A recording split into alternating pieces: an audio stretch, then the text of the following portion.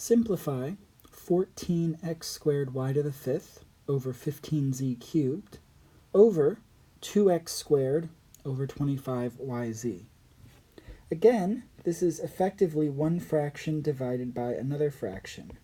This is 14x squared y to the fifth over 15z cubed divided by 2x squared over 25yz.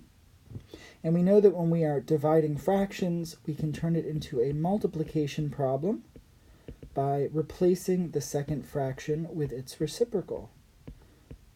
So this is going to become 14x squared y to the fifth over 15z cubed times 25yz over 2x squared. In this problem, we have two choices for how to proceed.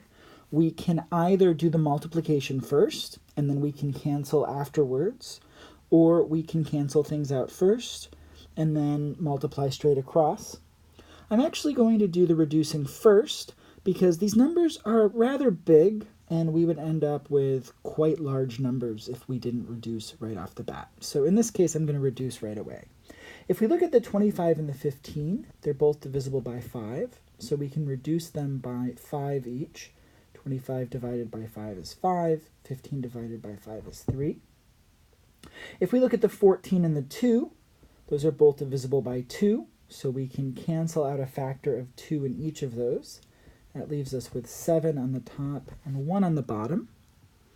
If we look at the x squareds, those x squareds both cancel because we've got an x squared in the top and an x squared in the bottom. So we can just get rid of those right off the bat.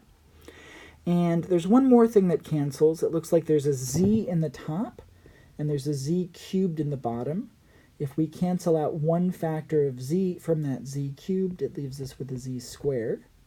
So let's see what we are left over with. In the top, we've got a 7 and a 5. 7 times 5 is 35.